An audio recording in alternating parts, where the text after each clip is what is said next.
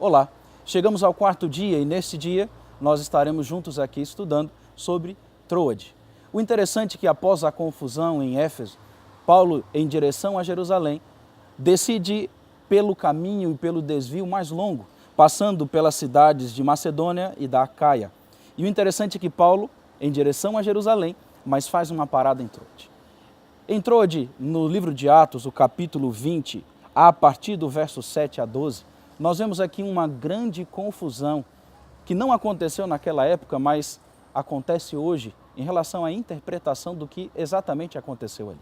Alguns chegam a dizer que Paulo foi em direção àquele lugar para fazer então a modificação do dia de guarda, do sábado para o domingo. Para mim e para você que lemos e entendemos verdadeiramente a palavra de Deus, sabemos que Paulo foi em direção a Troade para realizar com os cristãos que ali estavam a Santa Ceia. Mas não vemos nenhuma menção de pão ou de vinho.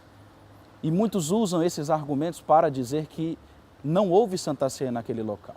Mas além disso, alguns dizem que Paulo muda o dia de sábado para o dia do domingo como sendo o dia de guarda. Mas olha que interessante que nós temos que nos atentar.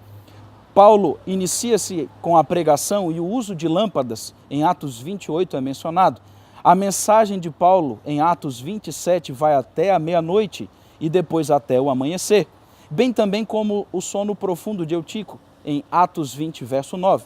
Podemos perceber então que a reunião era noturna, mas alguns ainda dizem, e nós temos que entender aqui o que estava acontecendo naquele local. Primeiramente, se nós formos utilizar da contagem judaica do horário, nós temos que entender que era de pôr do sol até o pôr do sol.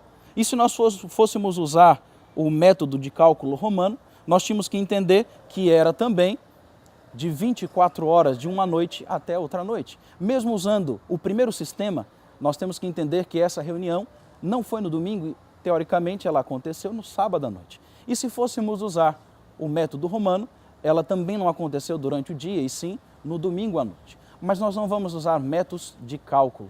Nós vamos entender verdadeiramente qual era o objetivo de Paulo em Troade. E o objetivo de Paulo em Troade era, assim, motivar os irmãos e crentes que ali estavam a permanecer firmes na palavra de Deus. O meu convite a você nesse dia é também permanecer firme na palavra de Deus.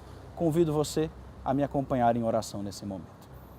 Grandioso Deus, querido Pai que estás nos céus, rogamos ao Senhor nesse dia que cada um de nós possamos permanecer firmes na rocha, que é Cristo Jesus.